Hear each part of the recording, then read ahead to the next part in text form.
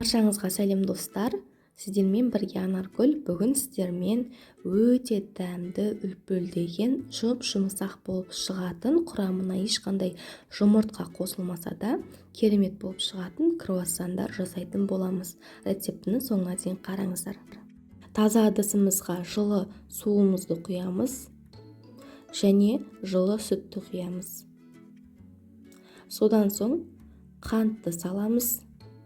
Және де ашытқымызды салып, барлығын жақсылап араластырып аламыз да, бетін жауып 10-15 минутқа апарамыз көтерілгенше қойып қоямыз. 15 минут өткеннен соң біздің апарамыз осылай көпіршіп керемет болады. Осылай көпіршуі тиіс. Сол кезде сіздің ашытқыңыздың сапасы өте жақсы деген сөз. Содан соң тұзымызды салып, тағы да бір жақсылап араластырып аламыз. Жақсылап араластырып алғаннан соң алдын ала елеуіштен өткен ұнымызды аз-аздан бөліп қосып, жұмсақ қолға жабысатындай қамыр илеп шығамыз. Ұнды аз-аздан салыңыздар, қамырдың мөлшеріне қарай саласыздар. Және де қамырларыңыз осылай қолға жабысып, өте жұмсақ болып тұруы тиіс. Содан соң бір ас қасық сұйық май құямыз да, жақсылап қамырға біріктіріп жіберіп, қамырымыздың бетін жауып, осы қамыр көтерілгенше 1 сағатқа жылы жерге қойып қоямыз. Мінекей достар, менің қамырым 1 сағаттай тұрды, өте керемет болып осылай көтеріледі. Енді қамырымызды жақсылап бір басып жібереміз де, қамырымызды бөлшектерге бөлетін боламыз. Мен теңдей етіп 7 бөлшекке бөліп алдым, яғни менде 7 зуала шықты. Барлық қамырды дөңгелек пішіндерге келтіріп аламыз. Және де әрбір қамырымызды кішкене ұн сеуе отырып жаятын боламыз. Егер қамыр қатты жабысып жатса, міндетті түрде кішкене ұн сеуіп жайыңыздар, бірақ мөлшерден тыс қатты ұн сеппегендеріңіз де дұрыс. Аз-аздан ұн сеуе отырып қамырымызды осылай кішкене үлкейтіп аламыз да, бөлме температурасында еріп тұрған жұмсақ сары майымызды жағып шығамыз қамырдың үстіне. Біздің сары майымыздың проценті міндетті түрде 82,5%-тен жоғары болса, круассандарыңыз өте керемет болып шығады.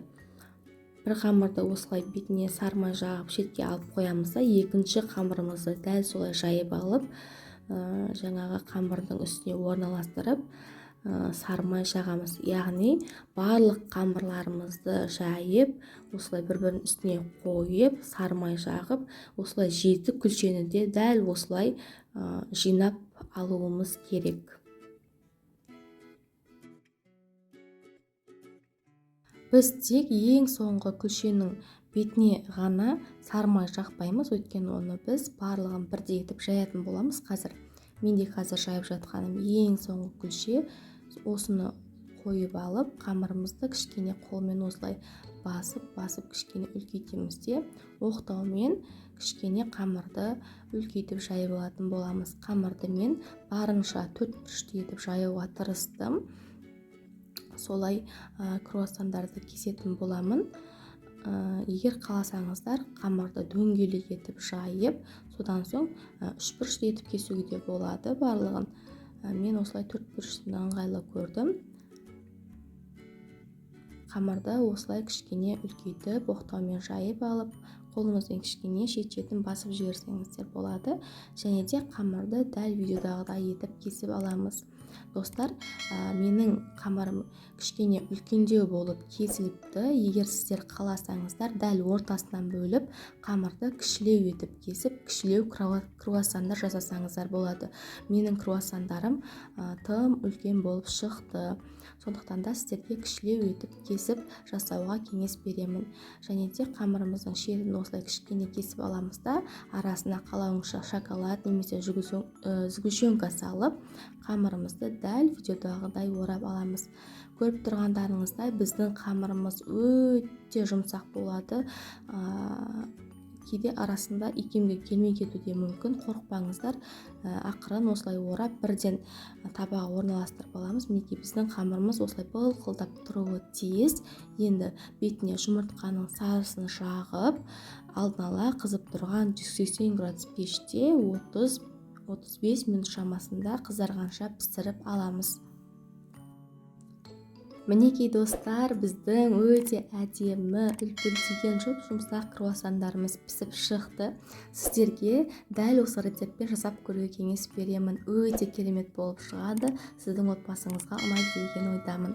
Достар, рецептіні соңына дейін қарағандарыңызға үлкен рахмет. Рецепті ұнап жатқан болса, міндетті түрде каналыма тіркеліп, лайк басып, комментарий жазып, қазақша контенттің дамуына өз үлестеріңізді қосып қойсаңыздар екен. Назарларыңызға көп рахмет. Сіздермен бірге болған Анаргүл. Келесіде керемет рецепттермен қуантатын боламын.